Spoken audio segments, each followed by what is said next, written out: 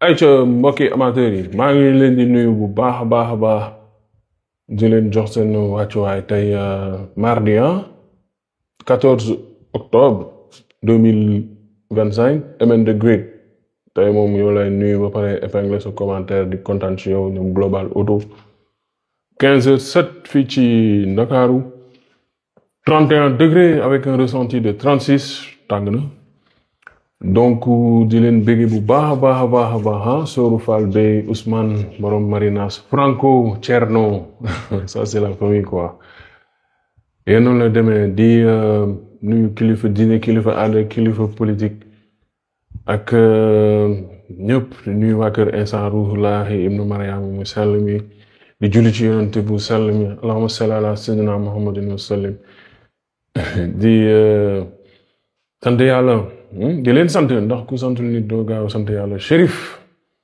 maa ngi lay xaar bu baax a baax te kontaane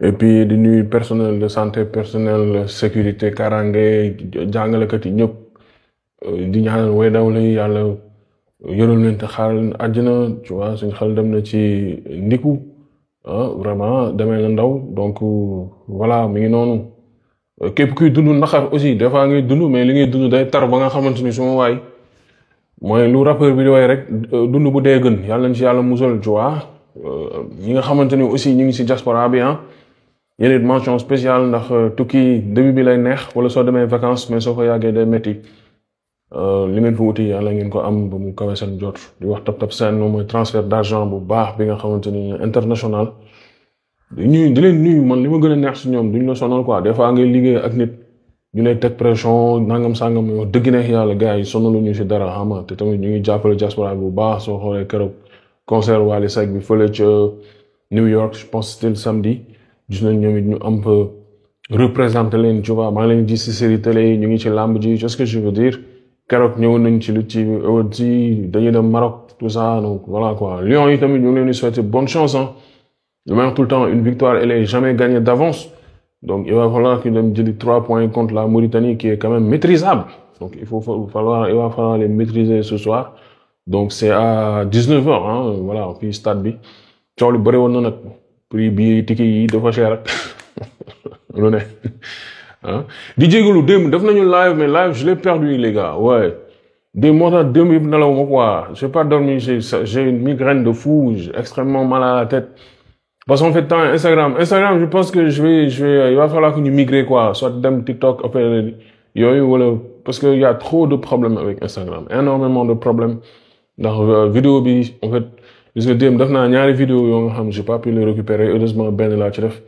donc voilà léegi tu es obligé nga partager ko après récupérer ko c'est compliqué ça devient de plus en plus compliqué donc mi ngi noonu tey ma war a dalal Big Lanks xam ne kenn dootu ko présenter ñëpp xam ngeen ko ak Claude aussi bu Lutte TV tu vois moom it muy def liggéey bu am solo rawatina ci matinalu Grand Iba Kane foofu lañ koy seen ak ñoom Boucar ak yooyu ñu waxtaanee li nga xam ne mooy làmb xam ngeen ko xamee ngeen ko donc lépp loo nga xamante ne nii moom mooy non c'est compliqué quoi ouais des fois on te dit tu vas pas les commentaires nga invité nit des fois mu dugg doo ko gis moom mu lay gis xam nga tu peux pas prendre plus de 3 personnes ils ne font aucun effort quoi xaw ma nag Instagram pourtant yàgg nañ fii mais gisuma ni xam nga ma ni affaire moom mooy loolu quoi $0 gars yi frais d'envoi soo nekkee États-Unis Canada amul fay doo fay dara quel que soit yónni montant bi nga xamante ni moom ngay yónnee tu vois donc loolu ak Tap Tap Send la en plus de ça da nga am une réduction de $10 c'est première utilisation su fekkente ne yaa ngi utiliser le code promo bi ma épinglé nii Dr Jules DRJULES yomb na trop soo nekkee Europe nag frais d'envoi €2 la quel que soit montant bi nga yónnee tu vois donc ki nga koy yónnee na am Orange Money Wizall wala Wave mën na nekk aussi voilà Gambien comme Seyni Djebami tu vois ak sama mbokk Gambien yëpp ñoom it mën nañ ko utiliser parce que tamit waa Gambie tamit mën nañ si jot comme waa Sénégal donc noonu lay demee code promo bi Europe moom €5 la en utilisant le code promo DRJULES Dr Jules tu vois nekkul nag dëkk yëpp mais dëkk yu gën a mag Europe Angleterre Espagne France bon xam ngeen dëkk yu mag yi gars yi ñu ngi foofu alors sans plus tarder je vais aller chercher Lynx comme ça ñu démarrer Claude si tu es disponible aussi on démarre le live Donc, voilà quoi. 5 flop, piou, finito. On n'a pas pu l'avoir. J'ai fait toutes les choses euh, pour l'avoir parce qu'en fait, des fois, du ñun, mais c'est les amateurs. Tu vois ce que je veux dire? Là encore, à un moment donné, il attend le live d'Azam Cissé, il attend le live de Driss, il attend le live de Ibou. Tu vois ce que je veux dire? Donc, malheureusement, mais bon. Non, non, voilà. De toute façon, voilà. On toog sa toog ba pare affaire bi këppu, hein. Ça arrive. Mais fàttali, voilà. ñëw nekk si moom maa Montréal, ah. Nekk sama boolu kii tubb kànja dugal ko ci micro-ondes bi génnee na la bool bi ne këlëb loo ci mën loo ci mën c'est la vie. Donc voilà doo lekk ba pare saxal nekk ci mi ngi noonu bref. Juli Diarra son waa ji Weuz maa ngi leen di déglu bu baax Pape Diop Houston El Matador Grand Victor c'est gis nga instant yii nii pour dugal Alain rek c'est tout un problème, hein. Tout un problème tout un problème tout un problème tout un problème xaaral ma c'est vrai. Euh, voilà tu as vu, hein, tu vois Claude,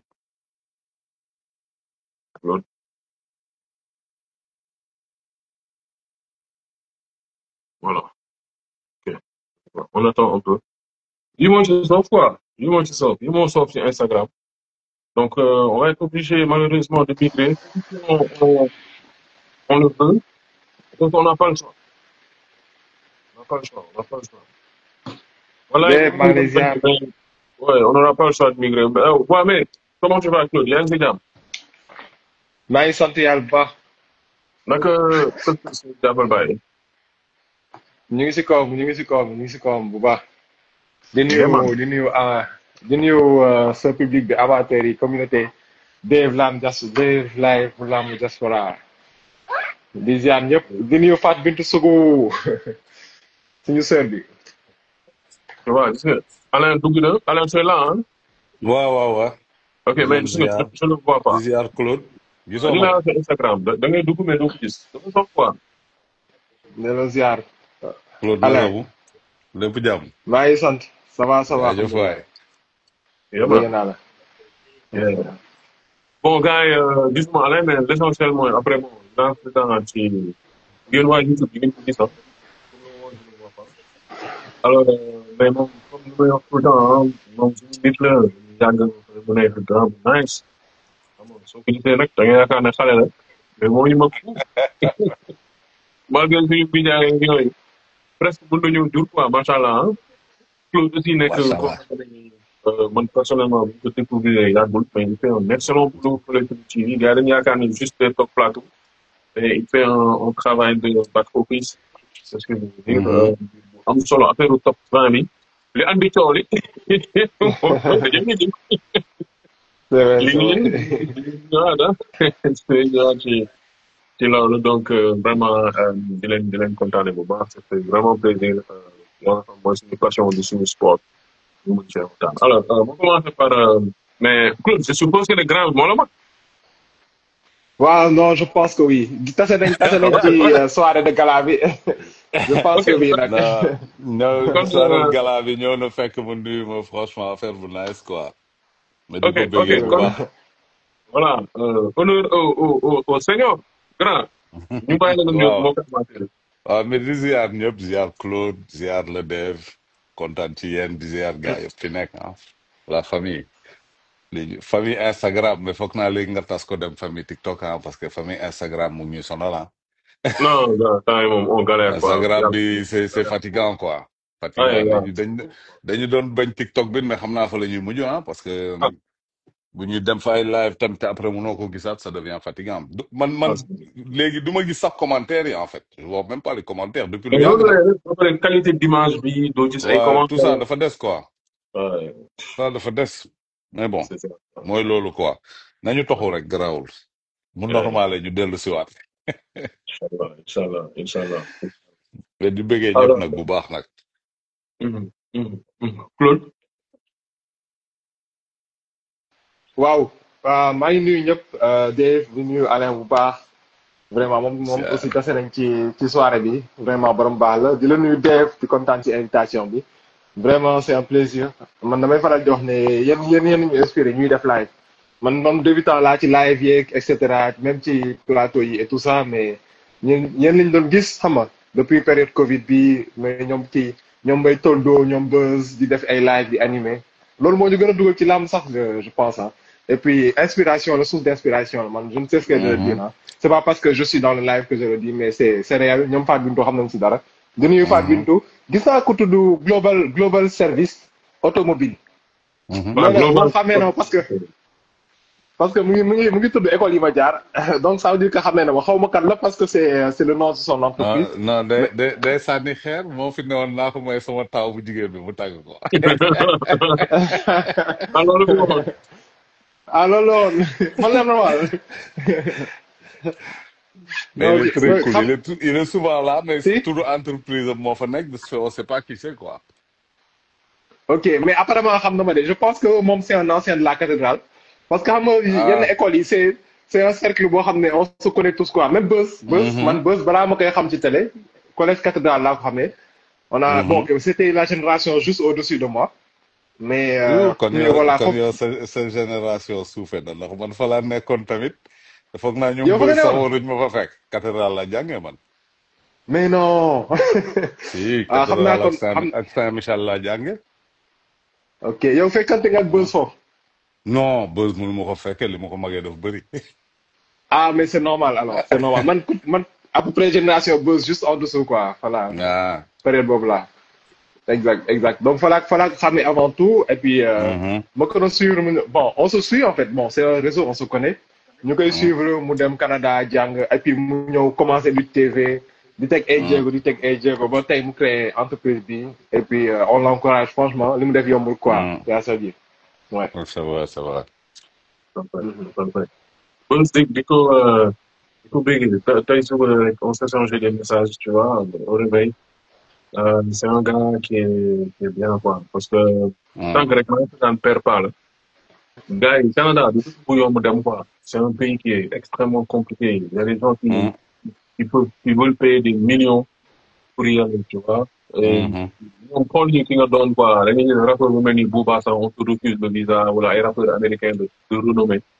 Donc mhm, ñëpp xam nañ ne seen immigration bokk na ci ñu gën a compliqué ci àdduna bi ñoom Angleterre États-Unis ak Australie xaw ma nag ñeneen ñi quoi tu vois donc soo fexee ba nga xamante ne jël nga indi ko yóbbu leen foofu te le billet voilà gars yi yéen yàgg ngeen tukki xam ngeen ne gàtt mhm. gàtt soo amee chance ba am chance tu vas dépenser 500 000 soo amee chance ba am Ouais, chance kooku am nga chance dëggantaan.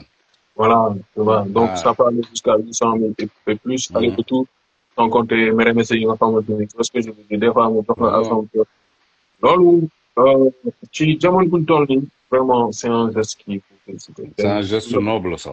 vraiment très noble tu vois te ñu ngi koy defal xam Mhm, nga jaar nañ ci yeneen boîte yoo nga xamante ne on n'a pas fait ça am na ñoo xam ne ils étaient même mhm, pas payés tu vois mhm. donc loolu c'est à féliciter moo tax voilà des fois suñu gisee man li may wax tout le temps et je vais le répéter c'est-à-dire su fekk tamit ok fekk su amee jour fête la quoi pour man Mhm. warul am ay xaste parce que jour boobu maanaam lu muy tabaski wala Noël rek ngay kaat quoi amul sax est-ce que je veux dire parce que jour boobu moo adéquat wul pour loolu léegi nag après Non, suñu jàllee ci xam nga, Dave, on est dans un monde, le monde de la lutte, c'est un monde spécial. très Parfois, tu vas te dire que la femme population sénégalaise a un monde de la lutte à part. Parce que population sénégalaise am nañu dégg-dégg généralement. Mais monde de la lutte, man bi may xam làmb ba léegi, mosuma gis benn affaire gars yi créé ko wala ñu def ko amul ñu ci kaas. ñoom de nature lu xew moom t'auras des détracteurs. Maintenant, pourtant, lu fi nit innové ci monde làmb existé woon na ci beneen sport. am na yoo xam ne bu xewee c'est toujours les mêmes façons de fonctionner, tu vois. waa monde làmb moom ils sont bornés de nature. amuñu dégg-dégg comprendre ñu lu bëri. da nga leen di et t'as l'impression que ils sont contre l'innovation. loolu tax Non, lamb avancement am yéex on est parce que d'accord. boo xoolee li lamb di générer nga xam ne am na benn affaire bu am ci biir bu am doole mais lu tax du avancer na mu war a avancer lépp luy innover ci lamb critique lay àndal tout le temps ils sont renfermés sur un truc dafa mel ni Eh, bu lamb innover dara arrangé wul ñu bëri. tu sais, je te dis une chose, parce que peut-être am na ko nga xamante ni su bëggee innover dëgër na bopp benn façon dëgër bopp. Et Mhm. bon, il s'est dit je fonce nu mu munti dégg rek suñu may sànni ay xeer grawul. Mais am na Graaw keneen koo xamante ni mën na andi xaalisam mais su gisee ni système bi sa waay mais il va fuir, il va se dire day mais daw c'est day là daw voilà dañ lay nawloo da quoi. ngay jël benn affaire bi ñu nekkee dîner de gala bi ñu def top 10 bi top 10 bi dafa passé rek ba commencé reetaan quoi bàyyi toog ak buubaa ma ne sama xel suba wax ji dina bari boo xam ne kenn du comprendre tu vois Mais nag parce que top ten tout bi nag simple top ten ni grand am na problème ah. Top ten je bi vais am na t'expliquer je problème. vais t'expliquer Hum, top 10 bi am na problème top 10 bi dafa wane ne le monde de la lutte a un problème dafa wutee xam nga nit ñi dañuy taxaw ne Beuz a def top 10 bi Beuz deful top 10 bi vote la Non, il ne l'a pas fait. d'accord léegi vote la on est d'accord mais loolu mooy wane ne waa lamb ci seen bopp ñu am problème amuñu sens bu normal logique amu fa Hmm. tey bi ñu ballon d'or saa bu ñu ko voté coow tàkk lu tax kii nekk tel numéro kële nekk tel numéro bi Sadio Mané waree mën a gagné ballon d'or bi Aliou Goloko journaliste sénégalais bi voté loolu pas Sadio Mané À ce qui ça l'a paraît. pas am ça l'a pas empêché taxaw après fii takk rajo yi di wax non c'est que c'est-à-dire nana nii nana donc foofu dafay wane lu bëri pour man classement bi vu que vote la ah tey bu ñu defee vote xanaa wàllu TV du ñëw tricher ci vote bi mais non c'est pas normal dañ koy modifier en fait dañu exposer li nga xam ne moom la gars yi voté loolu débat amu ci woon parce que tey boo calculer wee Tapha Tine nekk 10e ñëpp dañu ne mais li yëfu dof la Ama nekku ci ñëpp ne yëfu dof la Non, Ama Baldé moom c'était un scandale quoi. Man Ama Baldé voilà non, en fait man Ama Baldé limite na ma gars yi baal c'était un manque de respect quoi. Mais comment xam est-ce nga que Ama Baldé ne peut pas figurer? Man j'aurais aimé qu'on m'explique ça quoi. Tapha xam Tine nga nekk man lan daal. laa gëm lan laa gëm affaire de fans la ñi doon voté dafa am ñuñ fan ñooñu lañ voté tu vois ce que je veux dire c'est aussi simple que ça vote moom du ma fu vote am moom unanimité ci affaire du sport fu vote am unanimité du am donc loolu pour man c'est un non débat du moment où supporters yeeg journalistes su lamb yi ñoo ñëw voté génnee affaire boobu noonu waa ji dafa ñëw rek teg parce que Beuz sax gis naa mu def sorti ne moom sax d'accordu ci mais lan la ci mën loolu la gars yi voté gars yi ñoom ñoo war a xoolaat suñuy voté lu ñuy voté c'est aussi simple que ça maintenant Alors, nag kii bokk na kële bokk na xam nga tey boo xoolee sax pourcentage boo defoon pourcentage victoire défaite rek normalement Franc mooy top 1 mooy numéro 1 moo fi am 15 combats 15 victoires ak pourcentage bi noo ko munti tourné wee ku am 30 victoires une défaite ak ku am 15 victoires 0 défaite exemple laa wax de nga def ko pourcentage divisé par rapport à lu munti xew 0 une défaite boobu noonu day tax borom 0 défaite bi raw ko. mais attends. Moi, je suis pas un statisticien, mais est-ce que, par exemple, Franc, il en a 15, mais on a, admettons, qui, quand on fait 30 combats, ok, les balles, normalement, on a fait 30 combats, quoi. Nous sont fait un ratio. Est-ce que, parce que, ok, voilà, Franc, je te peux, pratiquement, ils ont doublé le nombre de combats. On savait, oui, mais loo munti def ratio benn défaite bi keneen ki am rek tax na ki am 0 défaite da koy raw ak ratio bi nu mu munti demee. est-ce que tu vois parce que boo ko calculer ak calcul boo munti génn benn défaite boobu noonu même buñ ko diviser yu métti dina def benn 0,01 boo xam ne kële da koy am mu handicapé ko contre kii amul défaite.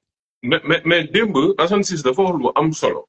ne par exemple ku nekk roi des arènes. su doon coefficient la ñuy def ku nekk roi des arènes point yi ngay am ak ku ko nekkul warul bokk. ku bëri combat royal aussi ak ku ko bëriwul aussi duñu bokk je sais pas si tu vois ce que je veux dire. C'est-à-dire am na ñu bëri yoo xamante ni c'est des rois des arènes quoi ñi ay actuel roi des arènes bon en tout cas y a un actuel roi des arènes et des anciens rois des arènes ñooñu soo doon def affaire bi je pense que Ibou c'est dommage que j'ai perdu ce live quoi c'est un live extrêmement intéressant nee na par exemple comme explique ko ni ci football quoi nee na football xam nga su ñuy def seen classement dañuy def par groupe après daa am ay tête de groupe quoi. Tu vois donc tête de groupe pour ñu bañ a tase. lamb aussi loolu daf ciy joué. Tête de série. Tête de série, merci beaucoup. Un bébé Goundi qui a fait une excellente saison. 4 victoires, 4 combats, 4 victoires, n'est que gagnant d'un classe. Personne ne l'a contesté, mais nous ko boole genre ak kan, je sais pas moi. Ok, on y va. Ok, voilà. C'est vrai que te pourtant bébé Gouy Gui moo ay combat royal. waaw te pourtant bébé Gouy Gui moo ëpp victoire Eumeu Sène. Bébé Gouy Gui moo ëpp victoire Eumeu Sène. waaw moo ëpp victoire Eumeu Sène. ok d'accord mais qualité yi Eumeu Sène daal. voilà bokkul waaw c'est vrai li mu wax Assane li mu wax c'est vrai parce que moom il doit être à 16 combats benn défaite. moo ëpp 15 victoires foog mu ne Eumeu Sène yegg na waaw foog mu ne Eumeu Sène yegg na 15 victoires c'est vrai que loolu c'est vrai tamit parce que yi ngeen bëreel bokkul ñi nga daan bokkul tu vois mais loolu yëpp c'est des choses xam nga déjà bu ñu defee benn pas def Lutte TV Awards yi déjà c'est un pas qui fait avancer. Plus ngay avancer plus ngay rectifier yenn affaires yi ainsi de suite lépp xëyul rek sotti en fait. te waa monde lamb dafa mel ni loolu lañ dul comprendre c'est que affaire yi c'est doucement déjà faire ce truc là c'est quelque chose de bien début bi tout ne peut pas être carré. Ouais. Mais à force affaire yi di avancer expérience bi et tout ça à un moment donné lépp dina normal. parce que boo xoolee ci journée bi gisoo ko kaas meilleur lutteur.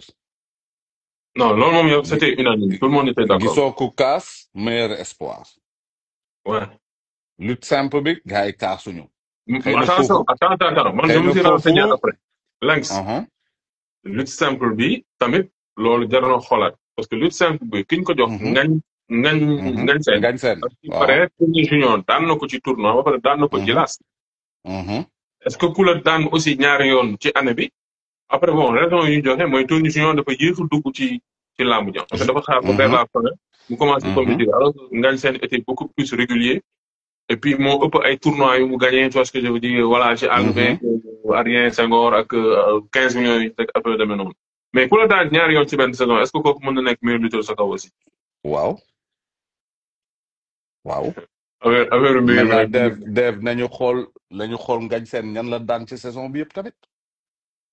Ngagne Sène waaye di loo na fi Obali plusieurs fois ñoom ordinateur tout ça est-ce que Tony waaye di loo na ñooñu tamit lamb dina am mbër boo xam ne moom saa boo leen dajee nga sonal ko. mais est-ce que bon man lu mel tout le temps honnête personnellement dëgg la yàlla Ngagne Sène moom a gën a marqué ci saison parce que moom laa doon gën a gis moom laa doon gën a dégg pour dire vrai quoi tu vois. et puis il le mérite mais damay wax ni su fekkente ne nii confrontation directe est-ce que loolu jël nañ ko en compte aussi. non pour man loolu waruñ ko sax jël en compte en fait dama lay jox benn exemple bu tuuti. tey bu ñu jëloon benn mbër par exemple ñu ne daan na Ngagne Sène 2 fois et il n'a pas fait une saison extraordinaire kooku mënuñ ko nominer ci meilleur lutteur simple yi. ok tu vois. tey honnêtement bu ñu xoolee Tony très grand champion kooku moom amatul lu ñuy werante ci moom de toute façon ça se jouait entre les deux mais bu ñu xoolee ren c'est vrai Tony daan na ko daanaat ko mais Ngagne la ñëpp gën a bàyyi xel ci kii bi. waaw ci bëre simple bi. waaw Ngagne laa gën a bàyyi xel saison. pour dire te Ngagne Sène Obali rek derby la bu neexoon ci saison bi.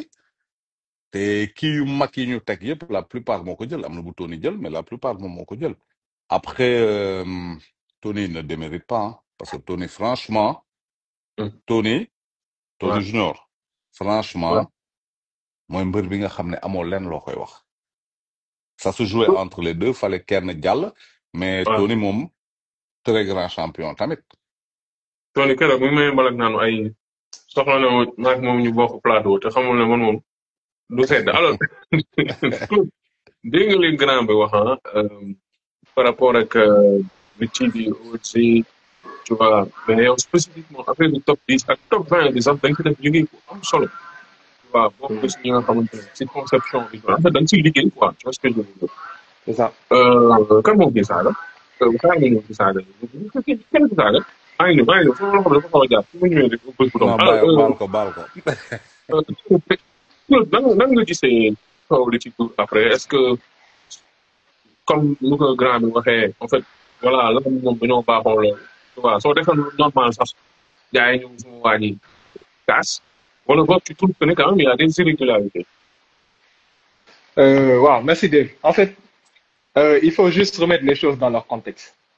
Te Buzz Ok. expliquer le contexte bi xam nga top 10 bi la génne mais top 10 bi c'est le vote des reporters, des chroniqueurs, des gens de la lutte en fait. waaw ma rek Moustapha gars yi nice waay gars yi man am na yoo xam ne dama leen xam man maa ngi doon waaj a kii sax mais Moustapha GP xam nga dama la xam jàppee rek gars yi nañ naa toll quoi nañ taw a fekk moom Abdou Aziz Sougou moom day ruube rek maa ngi leen di bëggee bu baax Medoune Ba Claude excuse-moi démarrer sama waaj. Ah mais Medoune Ba ça c'est mon frère kooku kii ñoo màggandoo carrément ki tam boykat rap ça c'est mon frère kii moo tax ma xam lamb diaspora pour te dire c'est juste au passage comme ça moom ma doon envoyé ay vidéo lamb diaspora ma ne waa mais lii lamb diaspora après c'est comme ça que nañ découvrir affaire yi Medoune Ba maa ngi koy bëggee bu baax a baax ça c'est mon frère mais pour remettre les choses dans leur contexte en fait à la base l'idée de Buzz c'était de faire un top 100. On part à la genèse de tout ça, en fait. L'idée de Buzz, c'était de faire un top 100. Il a contacté Mohamed Diop, il nous a expliqué, qui est un statisticien, Mohamed.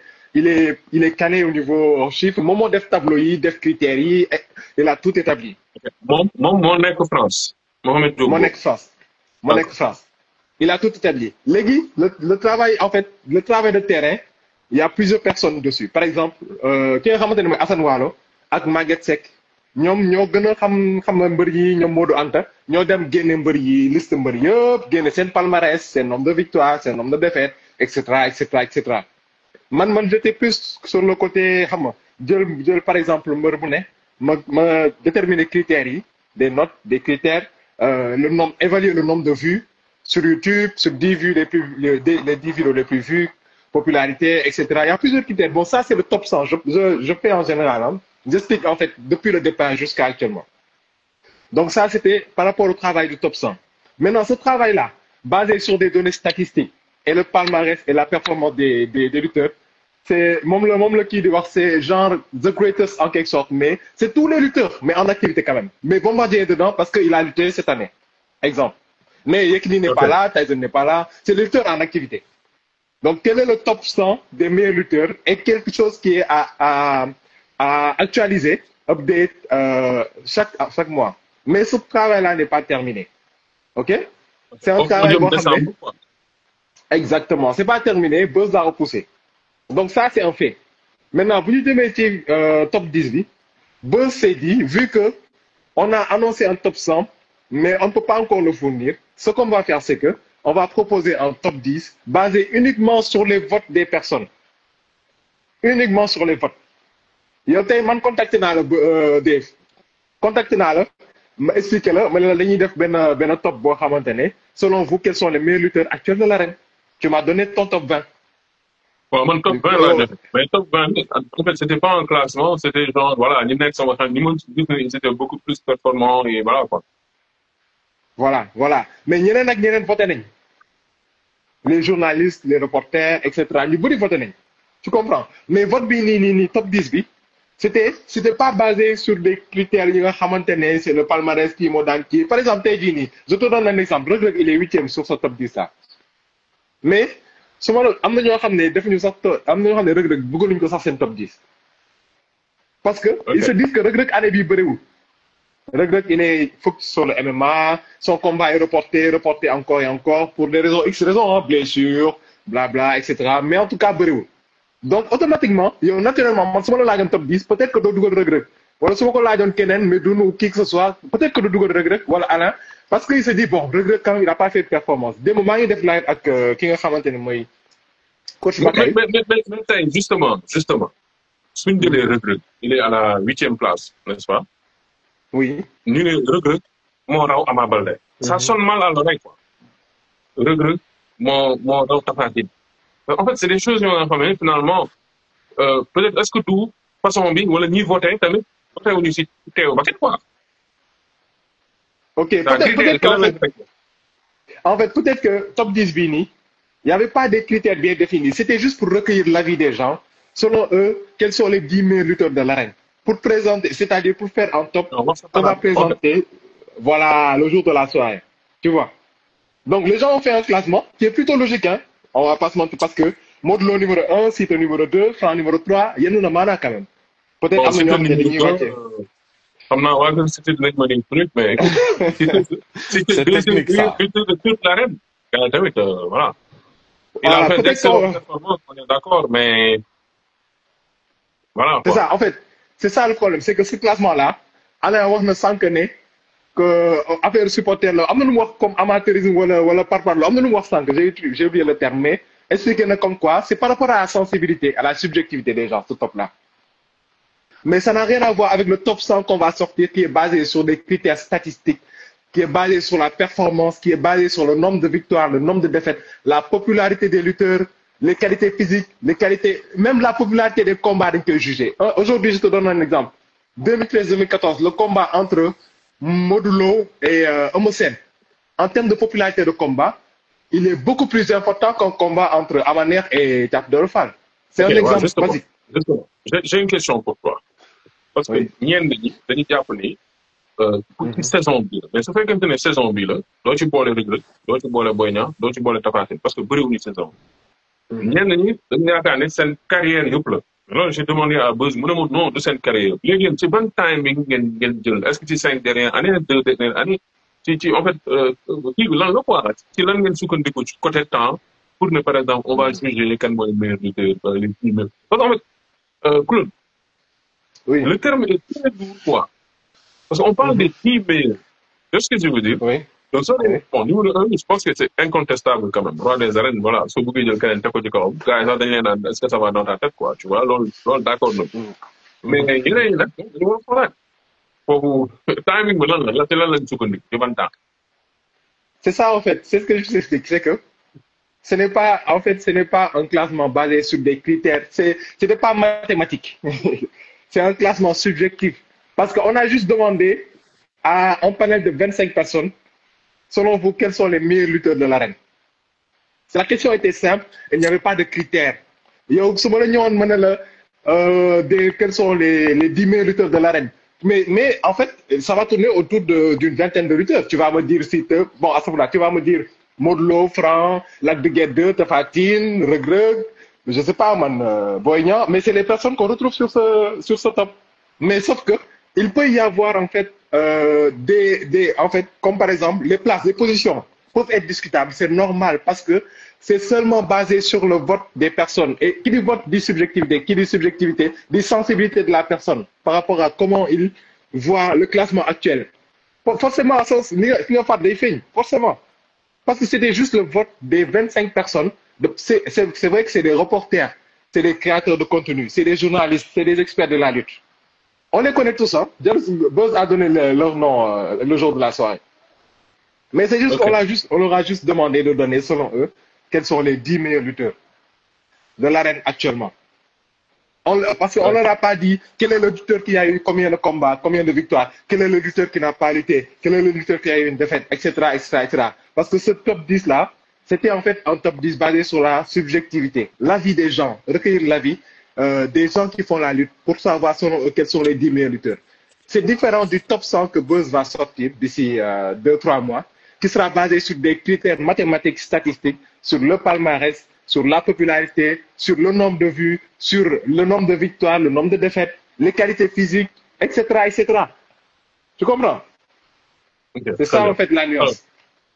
Très bien. Lance, dès que les clubs, ce vote-là, c'était un peu subjectif. On peut comprendre par ça que genre, voir ça là, que on a pris 25 personnes yoo nga xam ci làmb lañ nekk aussi ah voilà mu nekk ay nit yoo nga xam ñu ràññee si làmb yu joxe seen xalaat tu vois ce que je veux dire waaye lan moo ci est-ce que y avait une urgence de publier ça est-ce que tamit ñiy voté parce que man mën naa voté mbër parce que dafa mën tout ça je sais pas si tu vois ce que je veux dire ça parce que làmb dafa maanaam ku nekk ak ni ngay gisee am na ko nga xam ne làmb physique moo ko ci neex am na ko nga xamante ne technique moo ko ci neex am na ko nga xamante ne ambiance moo ko ci neex am na ko nga xamante ni bàkku moo ko ci neex te ce côté subjectif de la chose lan nga ko wala boog nan nga ko jàngate est-ce que Alain est là Claude yaa ngi may dégg ah waaw maa ngi lay dégg la question c'était à moi ou pour Alain. Alain mi ngi wala parce que man je le vois pas dama ko doon dégg rek yaa ngi koy gis ah non man gis man yow rek laay gis ya xanaa ñu laaj internautes yi gars yi amateurs yi ñoom peut-être Waaw, ils amateurs vont yi. dire parce que voilà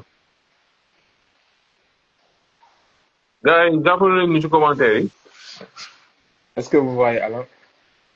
ouais je pense pas hein, parce que non je pense pas qu'il est là Ah, c'est son micro qui est désactivé.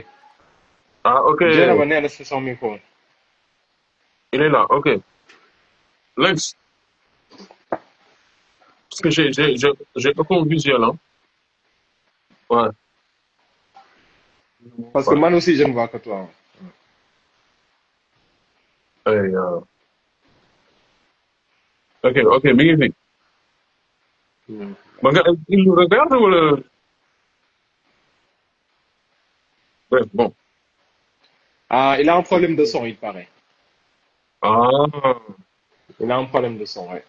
le problème mooy man mënu ma ko génne parce que je le vois même pas sur la liste quoi Lui, il nous entend, mais c'est nous qui n'entendons pas. ok Gars yi nee nañ nga redémarrer quoi. Gars yi nee nañ nga redémarrer. parfait il est là je le vois maintenant ouais mais problème son gis naa la mais dégguma très bien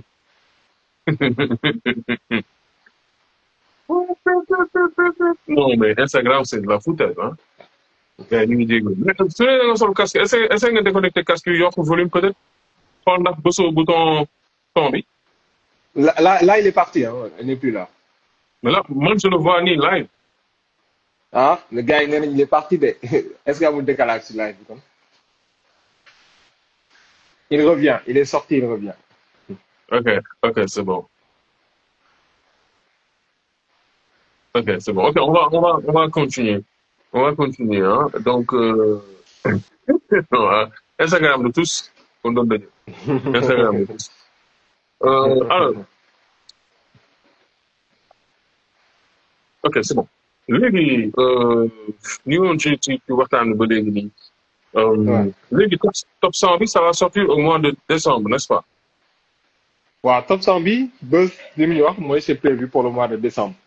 C'est juste, il y a encore quelques détails à peaufiner. On voulait pas sortir quelque chose pour ramener. C'est pas abouti. C'est pas encore bien peaufiné, etc. Ouais. Donc c'est pour ça que Buzz lui-même, avec le comité de pilotage du Top 100, donc, a pris la décision donc de ne pas l'annoncer encore lors de la soirée du 11 octobre comme c'était prévu, mais d'annoncer ça plus tard lors d'une soirée spéciale, quoi, en décembre. yaa ngi may dégg. waaw maa ngi leen dégg c'est bon. loolu yaa ngi koy dégg maa ngi dégg waaw. ok c'est bon nickel.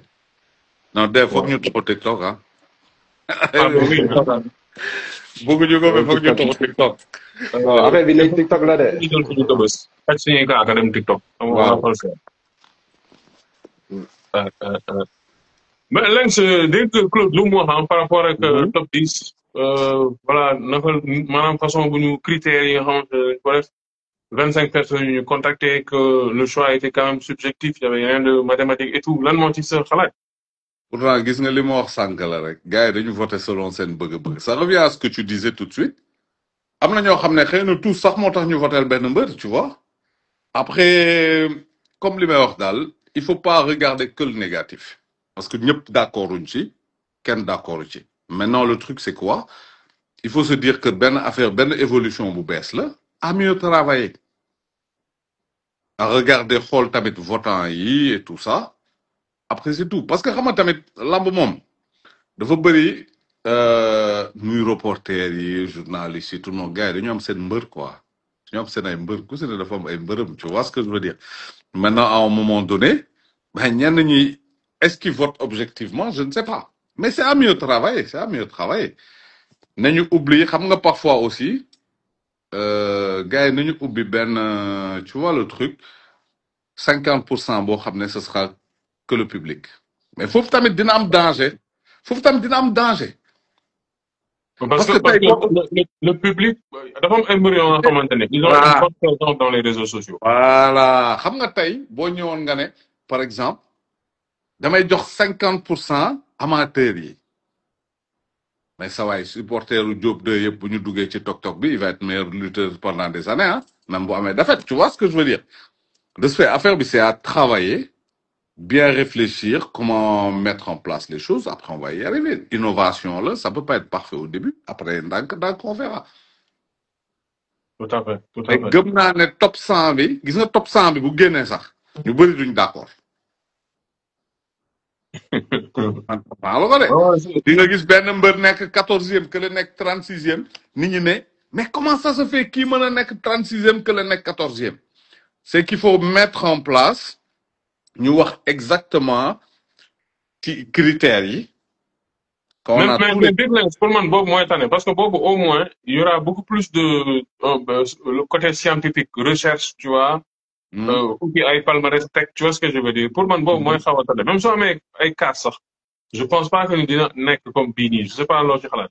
non lamb moom loo munti def kaas day am yow def xam nga loolu loo munti def am na gars yu seetaan sa live chaque jour te yow rek la ñu jéppi tu vois ce que je veux dire lamb moo mel noonu maintenant ñoom nañu teg critères yi au moins les gens ils savent sur quels critères les votes se font après bon coow lii y en aura tout le temps foog naa commencé nañ ko tàmm dans 4 jours beneen événement day xew ñu fàtte affaire top 10 bi ba top 100 ba ñëw loolu mooy réalité bi nañu tegal gars yi critères yi wax votant yi après ñu toog seetaan comme ça nag bu gars yi d'accord ñu dem singale ji ñiy voté bu jeex après nga dégg pour kenn ki ne non man voté wu ma lii man voté wu ma lii mais ce sera ça mais coow dafay am de toute façon top 100 sax dina am coow lamb moo mel noonu monde d'insatisfait la Léegi, fii moom on passe après ñu def ñu ñëw ci face à face bu war a am ce samedi ah fële ca Montréal.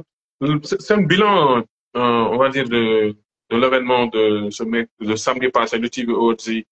Claude Grand Alain, nan ngeen ko gisee nan ngeen ko jàngee vous étiez présent, hein, vous étiez dans la salle. Comment vous avez vécu ça? personnellement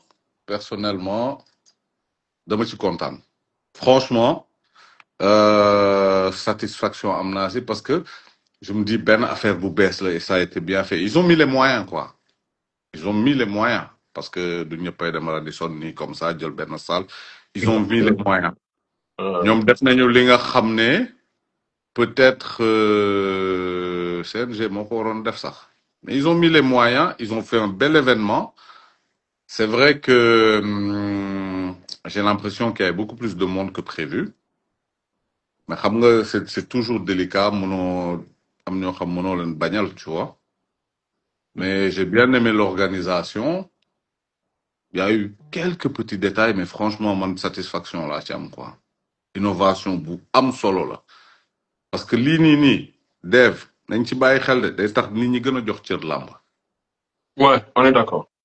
C'est parce vrai. que événement bu mel nii nga def ko à Ouais. cet endroit là avec Ouais. ces personnalités là dañu gën a jox cër làmb te xoolal bordel amu fa xuloo amu fa xeexu amu fa parce que moi làmb lañ tere woon nañ leen Radisson depuis des années non li ma ci gën a neex sax mooy lii day ibil làmb yeneen buntu ça veut dire que beneen événement làmb su amee feneen les gens vont se dire ok ils l'ont déjà fait là-bas ça a marché donc parce que làmb des fois da ngay dem fenn dañ leen di tëjale seen buntu ne non waa làmb non mais depuis face à face Balla Gaye Yékini dañ ko bañaloon waa làmb faut pas oublier ça mais quand tu viens tu vois le monde de la lutte ñu ñëw bien sapé tranquille soirée bi ça s'est bien passé franchement évolution la quoi évolution bu baax kii lu mu tudd Mo Gates si je ne me trompe pas bu muy def gala bi est-ce que du foofu la defee woon face à face doomu Dangu ak kan ak Jordan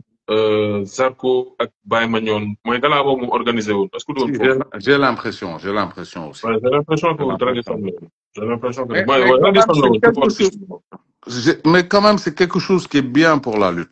Très, très bien. Et moi, franchement, organisation, j'ai bien aimé. J'ai vraiment bien aimé. J'ai vraiment, vraiment bien aimé, comme numéro à refaire sur plusieurs années. Gars, ils ont mis les moyens et ils n'étaient même pas obligés de le faire. C'est à, dañ leen si war a féliciter quoi parce que seen xaalis dañu jël def ko fa tu vois delloo nañu ko xëy na làmb xaalis bu ñu amoon foofu tu vois mais tu vois vraiment qu'ils travaillent pour que làmb def rabala nga benn jour waxoon naa leen benn wax sa live laa ko waxoon gars yi di reetaan quoi ma leen dina gars yi yéen gën leen dugal seen loxo ci làmb parce que am na ñu mën a évoluer loo làmb absolument loolu mu ngi ñëw tey xam nga yéen a ngi ci yaa ñoom docteur Jules ñoom bës a ngi côté bële yaa nag nit ñaa ngi gis différence bi de plus en plus te c'est ça que loolu la làmb soxla woon depuis lu yàgg te c'est ça qui est en train de se passer fallait prendre les choses en main les critiques moom tout le monde va en entendre yéen doo leen ci gaaw a jóge yow docteur Jules Assane yéen a ngi béy seen waar fii ak tuuti ngeen dégg gars yi saaga leen fi man dama leen koy wax ngeen teel ko xam mais c'est comme ça c'est comme ça ça va fonctionner comme ça bës tamit pare dina bu dóoru waaram dina ci déglu ko neexal ñu ñaanal ko ñaan ñu saf mais continuer leen résultat yi ci kanam ngeen di comprendre affaire boobu noonu jàpp bañ a bàyyi innover continuer innover vous créer des trucs te loolu la làmb amuloon tu te rends compte tey Dave depuis ñu juddu ba ci année yi nii amul lenn lu changé ci làmb li changé bari bon waaye dara façon yi mbër yi di tousser rek changé mooy kaleng voilà léegi tu regardes génération voilà tu regardes génération reporter yu bees yi yéen ñi ñëw nga xam ne ay amateur ngeen woon nga ñëw dugal si seen loxo buzz pareil tout le monde pareil ñooñu ñoo mën a évoluer loolu làmb parce que monde bi dafa évoluer ñi récalcitrants yi bëgg nekk monde à l'ancienne bi ils resteront là-bas train bi luñu dabati train bi ab bu train bi demee na gars yi yeewu tamit de Lutte TV OAP bi y a rien à critiquer dañuy ne du critique il faudra améliorer juste certaines choses mais man moom je suis sorti de la soirée avec une grande satisfaction honnêtement impeccable alors loolu moom c'est vraiment partagé Claude yaa yoon ci soirée bi aussi ban gaa ngeen ko ci am bi mu jeexee après genre un mini bilan. Ouais, man, je suis totalement d'accord avec Alain. Énorme satisfaction. En fait, c'est le mot, c'est innovation, inédit. C'est quelque chose qui n'a jamais été fait dans la lutte sénégalaise. Donc, idée Issou-Amé, en fait, il faut féliciter en fait l'initiative. Parce que mon def dara rek, surtout première vie, mu réussir totalement. Dina fa am na ay détails yoo xam ne ce sera à peaufiner, à améliorer, c'est normal. Mais rien que l'idée de faire une soirée de gala, cérémonie des Lutte TV Awards, mais rien que l'idée en fait, cérémonie pour récompenser la lutte, ku nekk sol sa costume, gars yi sol seen costume africain, ñëpp ñëw toog civilisé, day jox beneen xar kanam lamb, day jox beneen xar kanam, gars yi ñu gën a respecté. Ça fait monter le niveau encore plus haut, non seulement ça. Donc, et puis image du lamb et aussi, comme ni ko kii doon waxee, Thiatou Yoff mu ngi ko doon wax émission bi ngeen nekkoon je pense c'était les spécialistes nee na moom tey nominé nañ ko même su gañewul déwén dina def beaucoup plus d'efforts pour bokkaat ci nominé yi wala pour gagner catégorie donc ça encourage les lutteurs ça encourage les acteurs promoteurs yi décoré nañ leen tey chroniqueurs yi ku nekk dina jéem a defaraat ni muy waxee xam nga donc ça encourage les gens en fait ça encourage tout le monde c'est un stimulateur en fait, c'est l'émulation, ça crée une émulation, des motivés et puis vraiment moi je dis bravo quoi. En latin on dit non nova set nové, genre c'est-à-dire il n'y a pas de nouvelles choses, il y a juste des nouvelles manières de faire. Ça veut dire que par exemple je te donne un exemple. Exactement. En fait, pay-per-view, ça existait. Il y a au Canada, ça existait, combat de boxe, etc. Partout. Mais sauf que, Buzz, moi, am l'idée, indi ko Sénégal, adapté ko à la lutte sénégalaise. Pay-per-view, c'est le premier sponsor. C'est le meilleur promoteur qui le dit ça. C'est même pas que XY. C'est Bagay qui le dit. Premier pay-per-view, c'est un sponsor aujourd'hui. Là, je vais sort. Là, je vais demander à votre sponsor, période Covid, avec des problèmes et tout ça.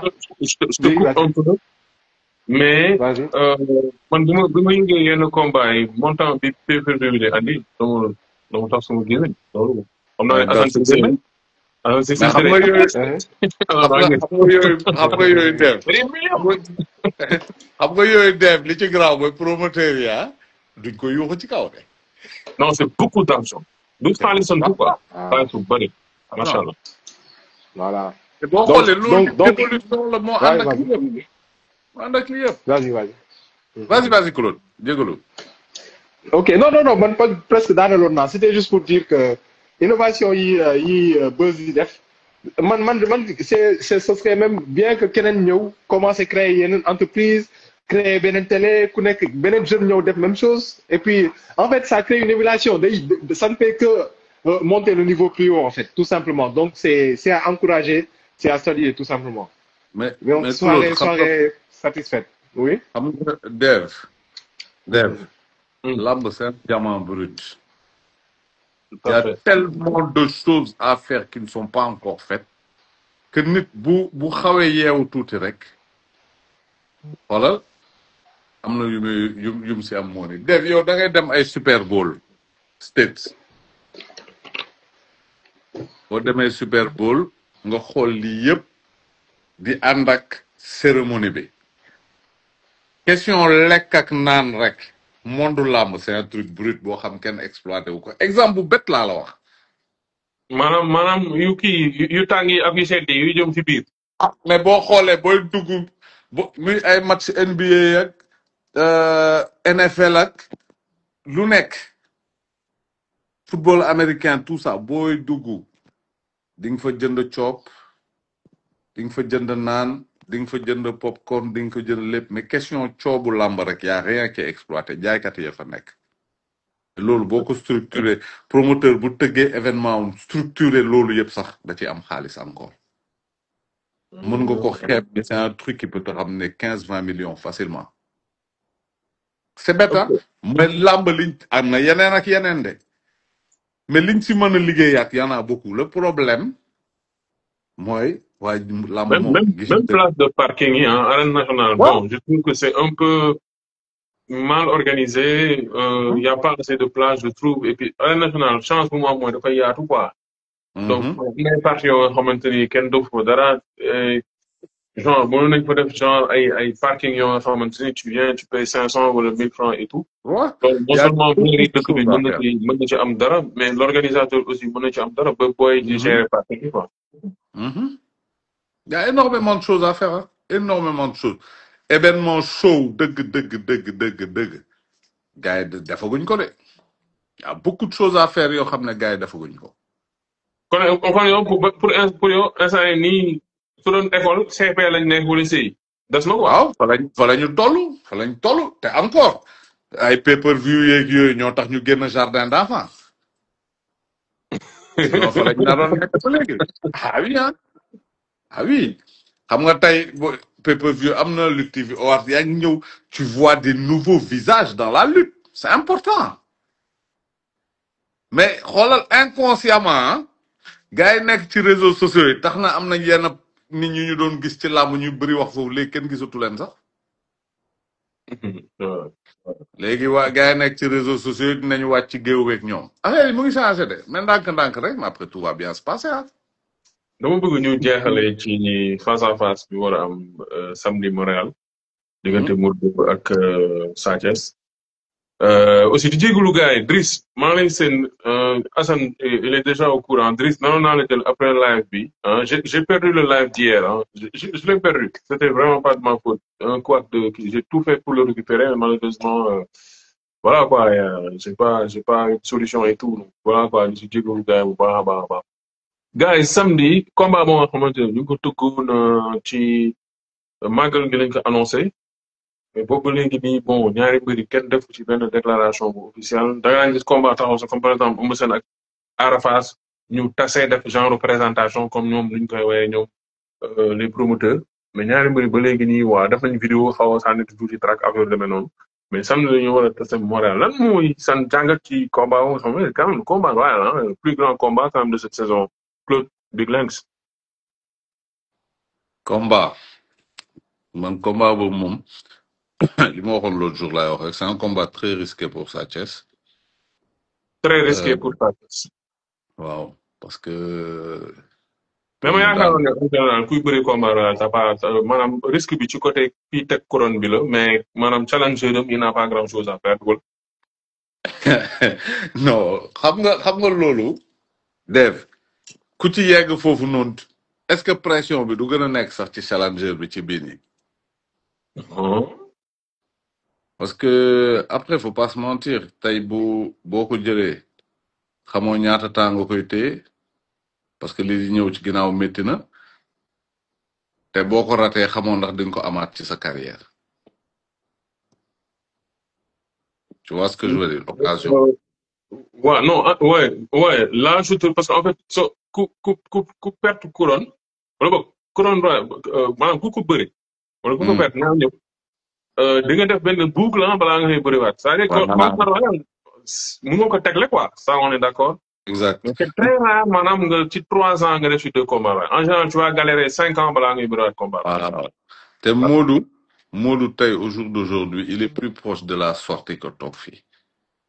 il a rien à perdre man li ma gëm mooy Modou Lo il veut partir à un moment donné xam bu jeexalee booy nee na du mayati chance su boobaa mën na xëy na bàyyi na tu vois te wan nañu par A plus B ne ñi ko fi mënal dara bëriwul léegi Sa Thiès il a eu beaucoup de mérite j'ai toujours dit Sa Thiès ci mbër yi ëpp mérite la ndax mosul bëri combat yu nooy mais tey ci Zarko la jógee jëli Modou Lo du Zarko jegewul Zarko niroowul ak Zarko ça veut dire que bu ko bëggee daan foog mu sacrifier boppam ci lu bëri pour mën ko daan Modou Lo ay waxu daanu ko ay waxu face à face daanu ko yooyu yëpp daanu ko ça veut dire qu'au jour d'aujourd'hui Sa Thiès Modou Lo moo am bu ko neexee mu tëdd këram sax du entraîné mais Sa Thiès moom waay ne dafa war sax di nelaw ba ay 4 heures du matin tiit ci ay nelaw tëb sol jógi ngam dem entraîné. ah wow yow Sa Thiès waa ji lay bëreel nag. waa ji lay bëreel de. waajooju noonu dëkk Parcelles. yow ku ko xamul dégg ko waa ji lay bëreel de ku ko yombalal Sa Thiès da nga koy nax. Modou Lo mën na lépp. Modou Lo son problème mooy mbër yu njool yi. loolu saa xam nañ ko te Sa Thiès surtout ko yenn suuti di Sa Thiès il ne part pas favori ah ku ko wax ne da ngay favori nga da nga koy nax rek. boo ko nee favori nga rek boo ko nee favori nga yaa ngi koy nax yaa ngi koy lor combat dëgg la am te Modou Lo bu demee ba ne andi leen Sa Thiès rek leer na ko ne da koy mën na ko daal. ko xam na ay faayam bien sûr. non da koo togg ba mu ñor balaa mu fi jël quoi. xam na ay faayam xam na fu mu fooree fu mu foorewul ah Modou Lo entraîné moo koy daan tu peux pas battre Ama ba Boy Niang xam nga ba pare ñëw fii nii xam nga gars yi bëgg a fàttali nga fi def. man maa dàq sànni xeer Modou Lo ah. ban bëre Sa Thiès moo mën a impressionné Modou Lo lan la Sa Thiès am loo nga xamante ni Modou Lo amu ko. juste la rapidité. Sa Thiès moo gën a gaaw Modou Lo. non Sa Thiès amul mbër bu ko gën a gaaw ci làmb bi amul kenn rapidité bi mooy avantage am maintenant nag mu ngi bëre mbër bu mën bëre am expérience te Modou Lo dafa coriace. Modou Lo dafa coriace du xam nga Modou Lo day foowee làmb. Modou Lo dafa coriace dafa mën day foowee làmb.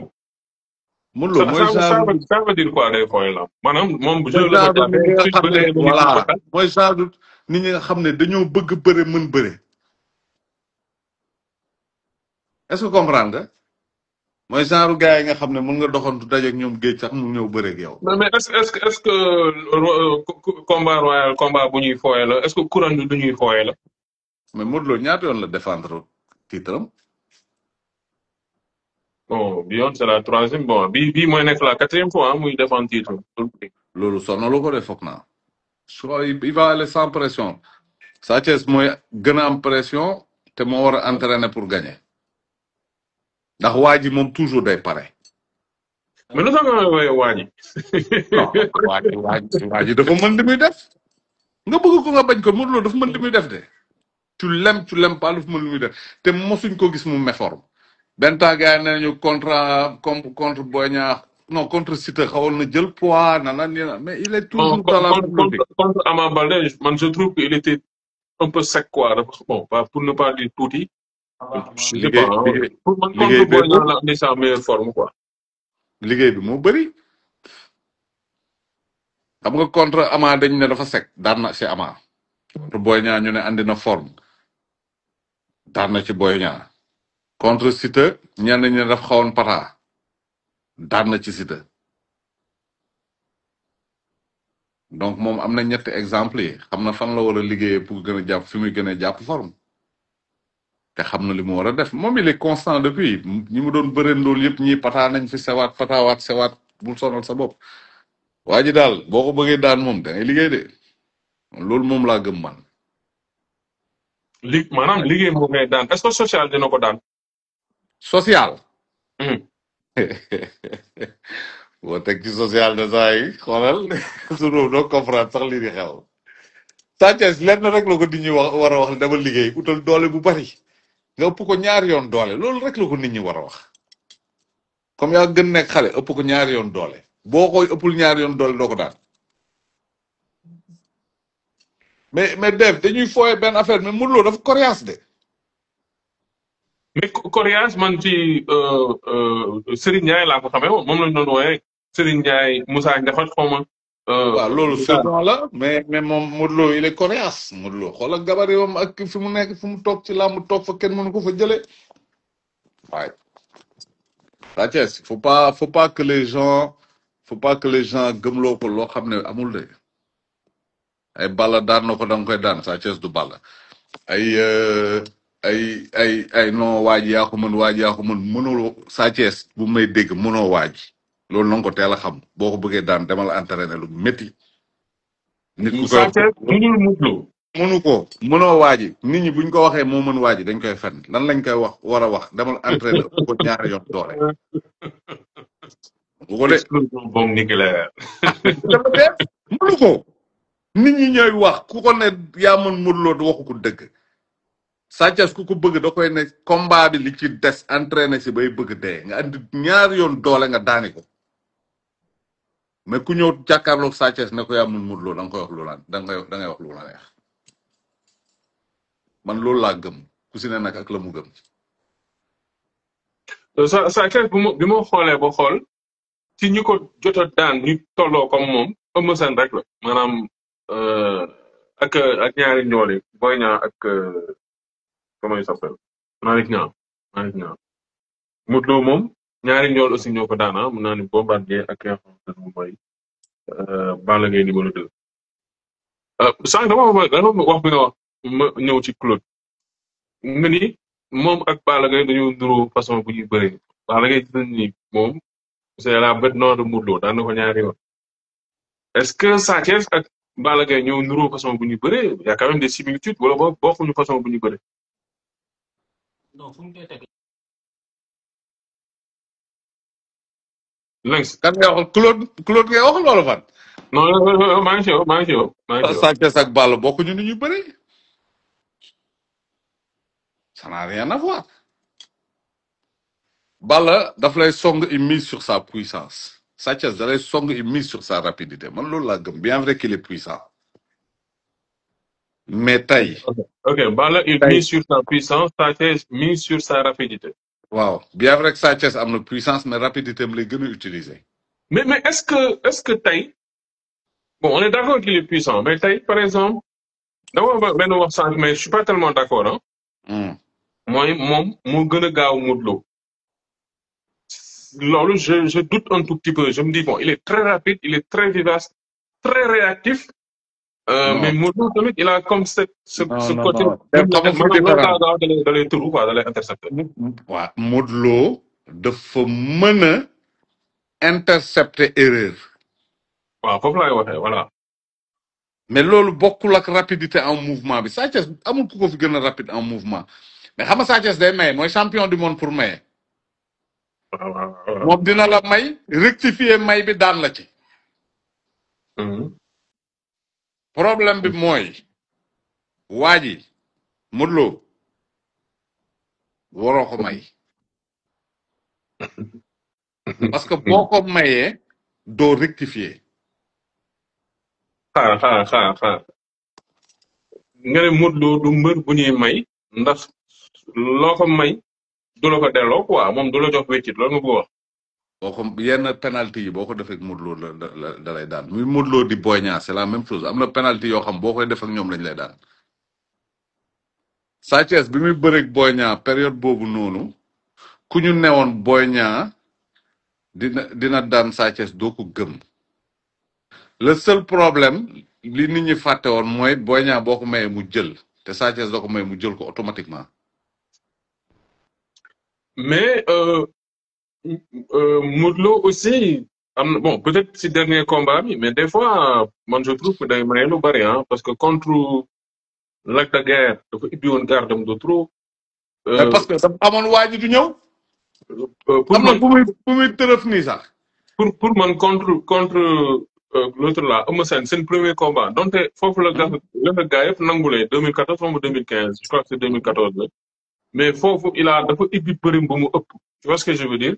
même contre Boy Niang donte moo gagné mais j'ai trouvé que ni sa garde était un peu basse il a reçu plus de coups que Boy Niang donte moom ay coups mooy gën a impacté quoi est-ce que kooku tamit mën nga ne du maye. man Modou Lô du maye Modou Lô daf leen di day piégé. ok ba muy bëreeg Eumeu bu njëkk bi day ibbi ba Eumeu jël tànk bi boobu mu ngi bëgg daan Eumeu bunta lay ubbil boppam. Modou Lô du la may moom moo koy da nga fàtte boobu bi muy bëreeg Lac 2 mu def genre tërëf boobu pour Lac ñëw. di ko jéem a nax voilà kii ni mi nee na contre Siteu il a fait tellement d'erreurs dans ce combat que coach am sax moom du def erreur. xam nga lu muy def daf lay tendre piège xam li ñuy wax bukki bu la bëggee jàpp guddi da lay jiitu di gas ay pax c'est exactement pareil daf lay tendre piège foofu la différence bi nekk mais ku lay tendre piège dafay fekk wóor na ko ne boo dalee ci piège am dina la jàpp bi muy bëreeg Siteu c'était pas évident parce que Siteu da doon demee côté di reculer xam nga di ko jam de loin c'était pas évident mais nag. mais su ma la waxee ni Modou Lô moo def Siteu deuxième meilleur lutteur du Sénégal ndax di nga d'accord loolu. damay d'accord. voilà moom moo ko may le fait que ñu naan Siteu nominé ak yu demee noonu ça ci Modou Lô la jaar.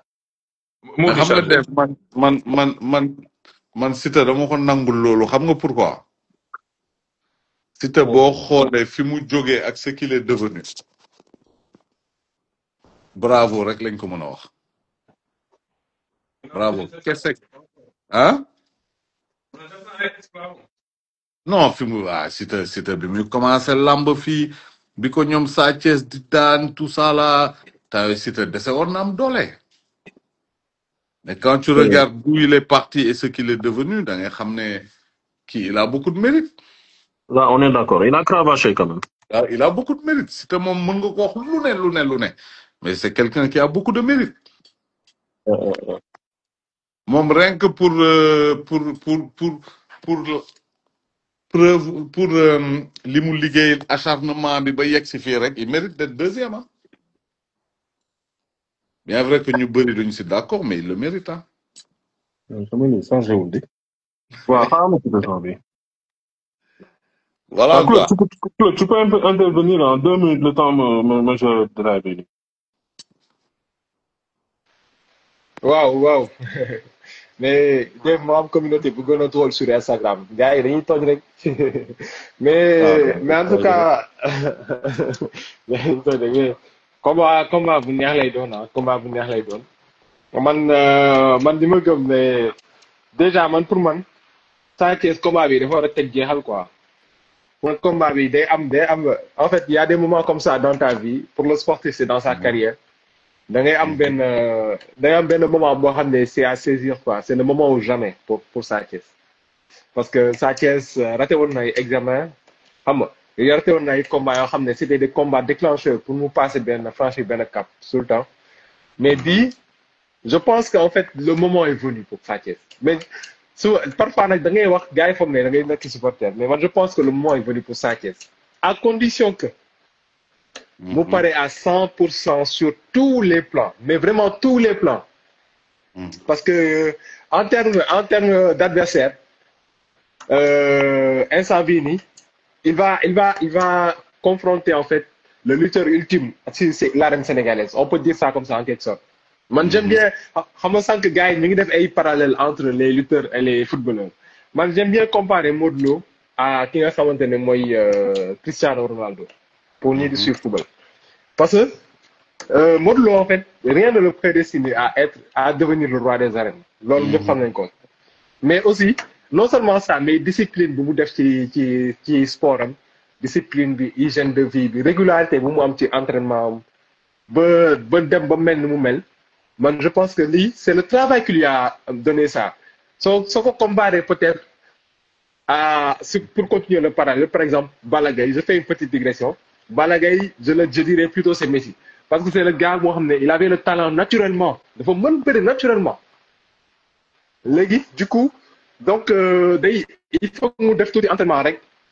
ba pare am taille am les xam nga ñëw day def tuuti entraînement rek mais ni muy bëree rek ni muy bëri bu mu mën rek am tuuti pratique rek donc c'est le Messi quoi en fait il a le don il est né avec après aussi il est un peu moins régulier il est un peu moins entraînement un peu moins tu vois moom nga xam ne day jékki-jékki combat bi su jeexee mu relâché wu moo tax mu ñëwaat am ay biir ba pare il a été moins strict côté nutrition côté santé hygiène de vie jël na ay produits yoo xam ne tax na bi muy bëre ñoom Tyson ñoom Yékini et cetera mu jël poids boobu voilà quoi c'était juste pour faire une petite digression mais en tout cas waa Balla Neymar aussi si vous voulez exactement c'est bien trouvé Abou Diak Balla c'est plus Neymar aussi ou Messi en tout cas c'est le gars qui avait beaucoup de talent quoi et qui l'a exploité mais pas au niveau enfin bon quoi.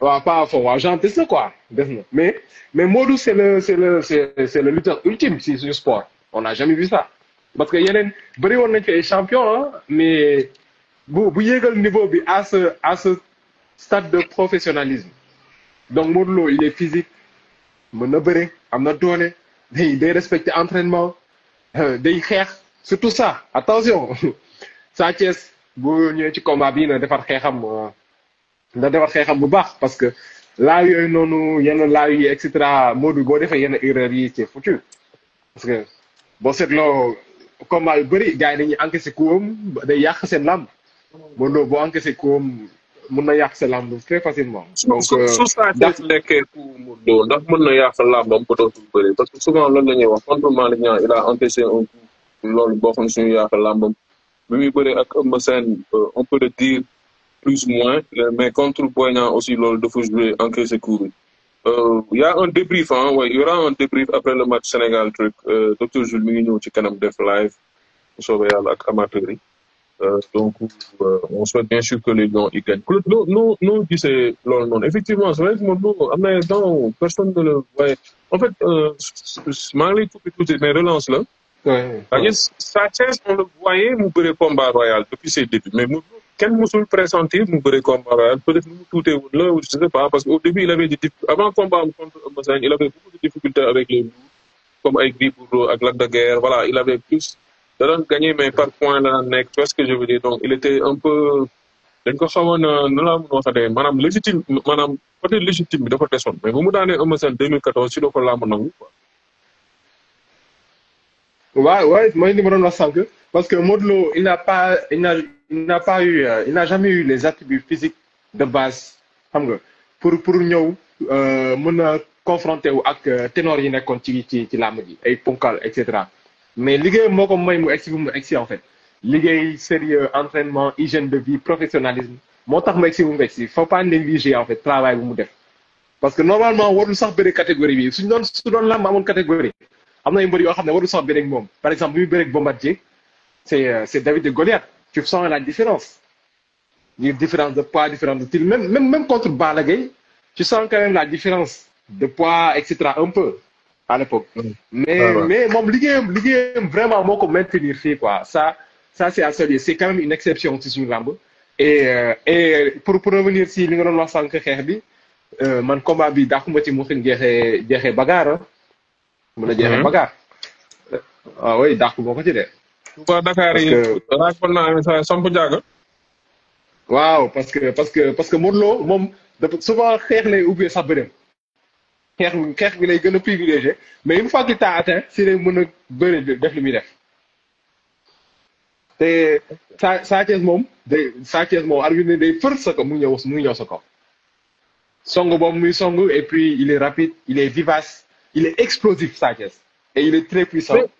Mais j'ai vu, bon, je compare souvent Sa Thiès avec Ama Baldé seen façon bëre mooy ils sont bruts et brutal quoi c'est seen démarrage quoi tu vois maanaam dafa mel ni nga yor benn moto 1100 rek brum tu vois dugg muy dugg tu vois ce que je veux dire soo jàpp première bu baax rek moto bi day yéeg waaw moo nag dañu ne bëgg moto nag tu vois ce que je veux dire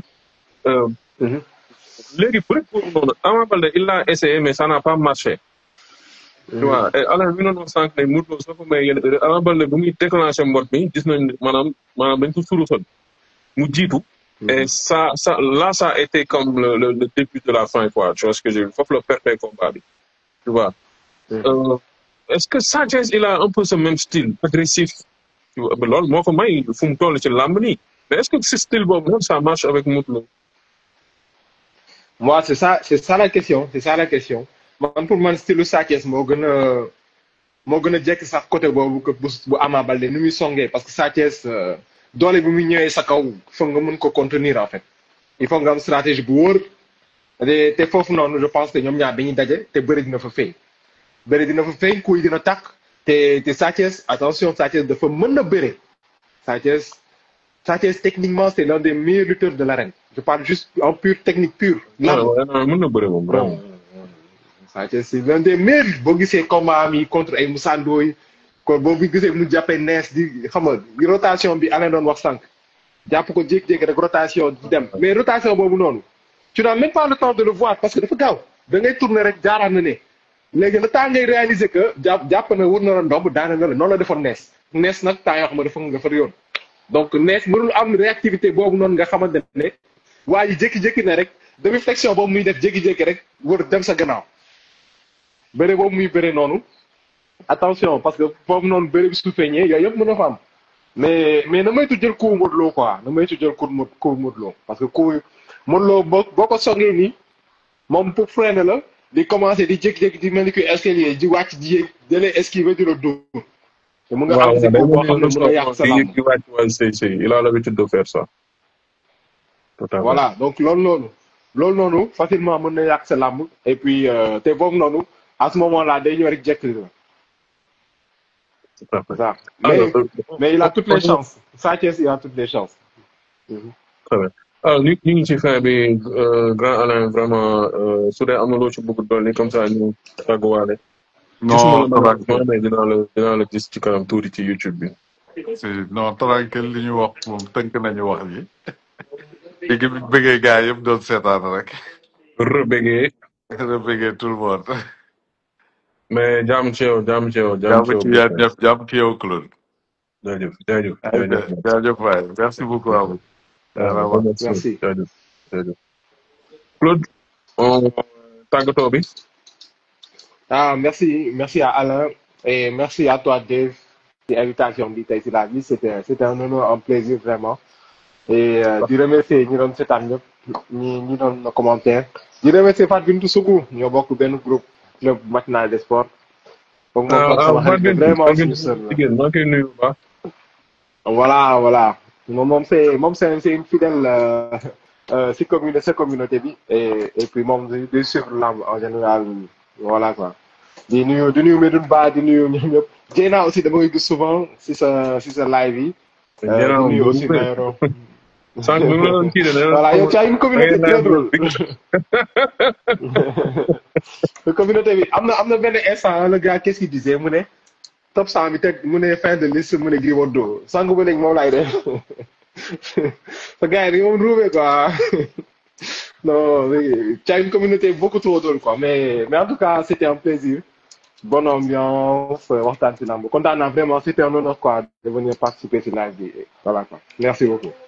jaajëf nekk lu TV ñun ñëpp ñu ngi suivre vraiment Mineur matinal yu am solo ak grand Iba Kane et puis aussi nekk ci live yi nekk ci voilà quoi voilà di liggéeyal lamb et puis je pense que ni loolu moom solo donc Claude big up à toi merci beaucoup merci voilà donc gars yi live moo nekk tey nag live démb dama ko perte mais tey dinaa góorgóorlu mu sauver live bi quoi on avait fait un excellent live ak Driss tey am na ku la jàppale ci casque yi tu vois ñu Mysterio Ousmane Diallo tu vois Mame Abdou Aziz on day roué rek commentaire yi dañoo neex tu vois ce que je veux dire xam nga gars yi quoi am li faax voilà Khalifa suma waa ji Khalifa na mën naa ko live de keroog toj nga fi Khalifa mooy rappeur bi nekk Barcelone nekk Yaraax en même temps tu vois bon Khalifa benn 10 minutes nag 10 minutes parce que dama xaw a sonn et j'ai mal à la tête moo tax sànq ba léegi maa ngi laal sama côté bi tu vois j'ai mal dormi hier et tout j'ai une migraine donc soo duggee rek li faaxa alors sama waa ji. sama waa jàngoog maa ngi nii de. mais Khalifa naka mu maa ngi nii sant yàlla lu baax nag. affaire yaa ngi nii rek gayen bopp bi métti xanaa mais ça va passer quoi. oui maa ngi déglu émission bi mais jaar na neex na trop. oui affaire de représente la. xaaral ma may la benn freestyle bu ma bindoon ci làmb ji. waaw freestyle bi maa ngi ko bindoon à 2010 quoi. si. guerrier mooy sama mbër. 49 défaites 1 nul waaye dibeer bu jot da daan compétir Johnny mbër Johnny Mbaye Gueye Tigre de Fass ubbi na stade yi Tapha le phénomène Yekini général Manga roi des arènes Mathématica Mosène Bigaba Sayarax Ama Baldé ñeme dee Mohamed Ndao Tyson war na boy yoon bi bëre foola mekku daanu rus tey le grand combat 4 heures mooy le quart sama ngemb boo xefee ma yóbbu ardo nga bëre ma daan la yaa aha non freestyle la quoi mais nag xam nga dinaa la defal benn son bu grave pour lamb diaspora pour nouvelle génération bi incha allah non maa ngi xaar avec plaisir yow vraiment mais ñu ngi remercier Buzz Buzz ok waaw Buzz ñu ngi koy remercier parce que guerrier la mu ngi participer ci lamb Sénégal lu am solo te Buzz dafa nekk nit ki nga xamante ne xol bu rafet la yor yaa ngi comprendre li muy def noonu gars yi critiqué nañu noppi lambaloog Buzz da koy sagal c'est pas un chroniqueur amul xam-xamu lamb waaye déetuwaay li faafa lambaloog dafa xam lamb kan mooy xamul lamb ko comédien la c'est-à-dire Buzz moo leen di suturaal di leen jël pour gars yi mën leen a xam mais ñooñu du ay chroniqueur boo ma nee aboo fii sax ak Fadam à la rigueur ak yow ak ñoom docteur bi mais lambaloog comédien la mais lambaloog il est très suivi te tamit vraiment lu muy wax ci lamb surtout après lamb tamit neexul dindi maanaam day wax loo nga xamante ne nii mbir yu bëri ñu ngi duggatiku à cause de lamb xamul lamb comédien la c'est que lamb ak comédie bokkul yaa may dégg li wax nag yow moom hardcore ngay bàcc de non li ma lay wax ni moo am comédien la parce que yow boo xoolee par exemple analyse u lamb man ni may gis foofu noonu comme abo fiw si analyse u lamb lay def xam nga lu ma la mais moom Aliou fiw la kay yaa may dégg yaa abo fiw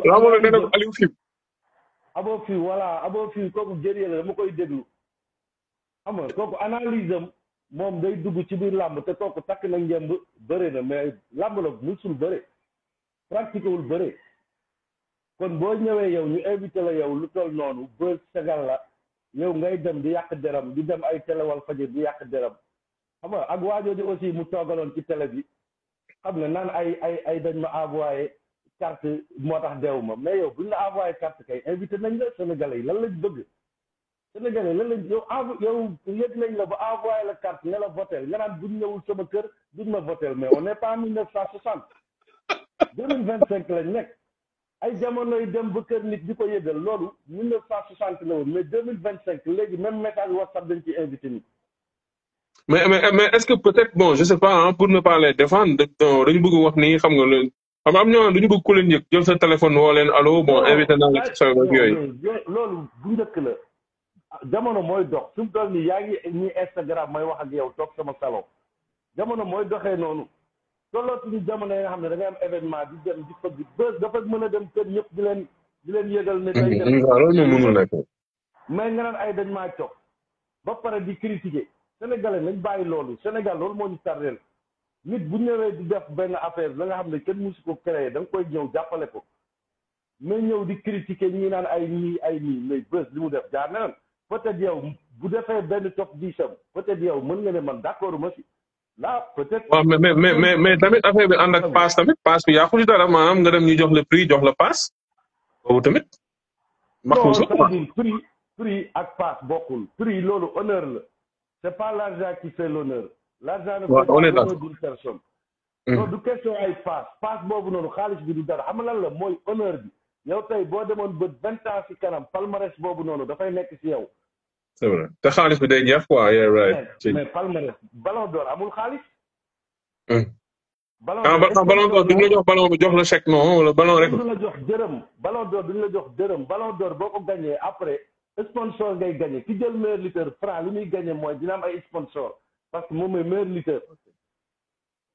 ok dina am ay sponsor mais mosoo gis trophée bu ñuy joxe xaalis trophée ak xaalis bokkul gars yi ci boppam dañuy tëñëx yi.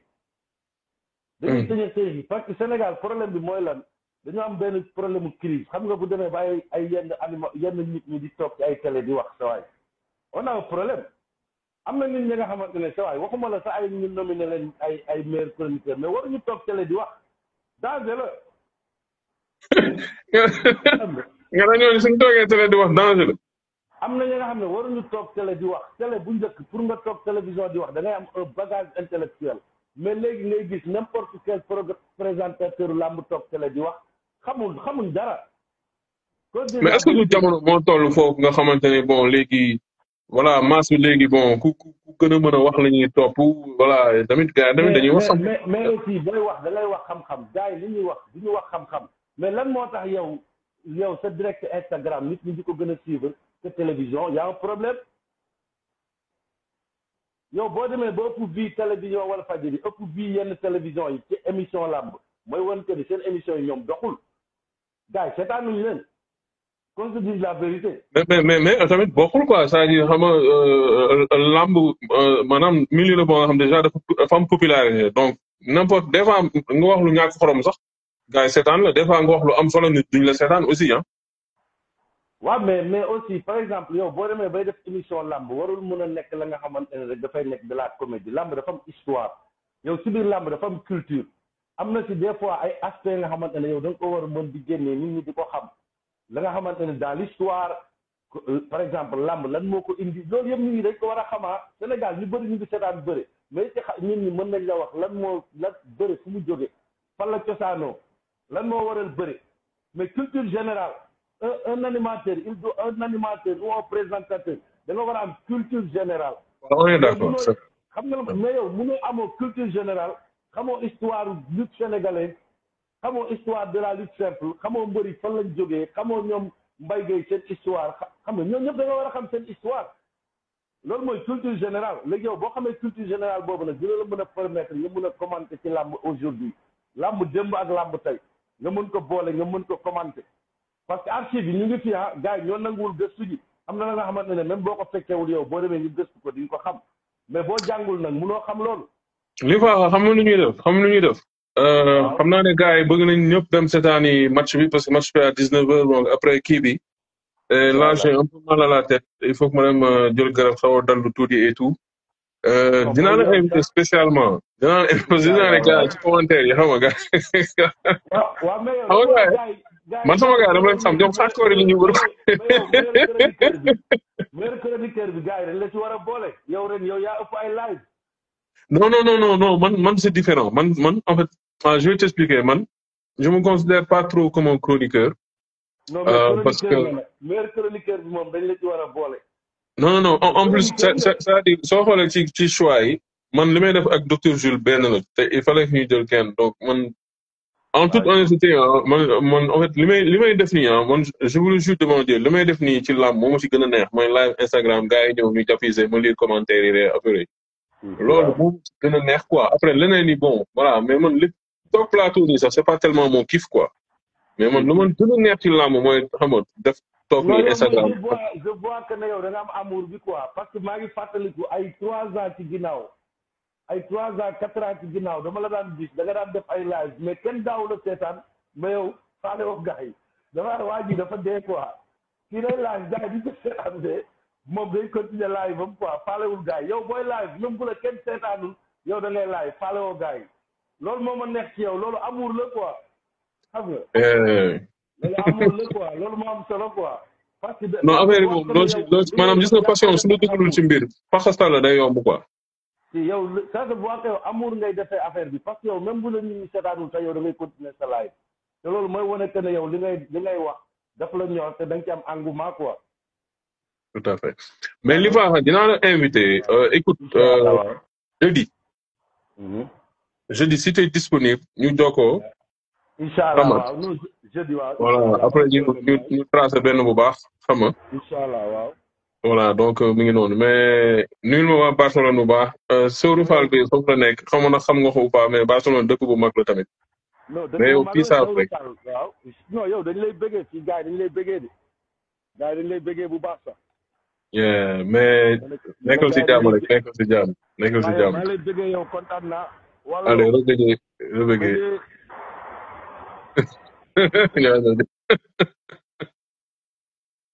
un jour ndeysaan YouTube Dev daa wax jékki rek ne je reconnais que dama bari non sérieusement ñun on parle trop ñun on fait que parler c'est vrai on critique beaucoup on parle beaucoup voilà c'est comme ça ku ci nekk liggéey bi ngay nekk loolu mooy sa natt quoi tu vois tu passes ton temps à parler et bul juum nag sama classe gi en fait dans la vie de tous les jours ba ñuy argumenter ak yow quoi par exemple comme ay affaire kii réunion familiale yooyu noonu nga xam ku nekk wax rek la ñuy def de alors gars yi da leen bëgg bu baax di leen kontaane vraiment di jégalu bu baax parce que gars yi aussi ils doivent regarder le foot et tout tu vois donc on va revenir docteur Jules en principe il m'avait dit que ne su live bi jeexee en fait su match bi jeexee dina def benn débrief après match et tout le malheur qu'on leur souhaite mooy ñu am match nul le bonheur qu'on leur souhaite mooy ñu am 3 points c'est ce que je veux dire donc mi ngi noonu donc le reste de la soirée bi dana fexe ba du ma rëcc comme la prochaine fois donc invité yi dina continuer live yi dina continuer c'est ce que je veux dire donc mu ngi noonu gars yi xam ne Ousmane Diallo Yves Niania Ibro DKR Ousmane beneen yoon naa la dugal bu soobee yàlla dama doon bañ live gën a gudd Sayer Fall xam ngeen ko moo gën a neex ci live bi moom tamit maa ngi koy jégalu mais mi ngi noonu Daniel Christian ma fi maa ngi koy bëgg bu baax a baax gars yi call me the twin ñoom Abou Diak xam nga voilà ku lim tam nga fàtte ñoom sama jigéen yëpp yi nit maa ngi leen di jox seen wàccuwaay Dev Live pour Lamb Diaspora bonne chance au Lion ma dem na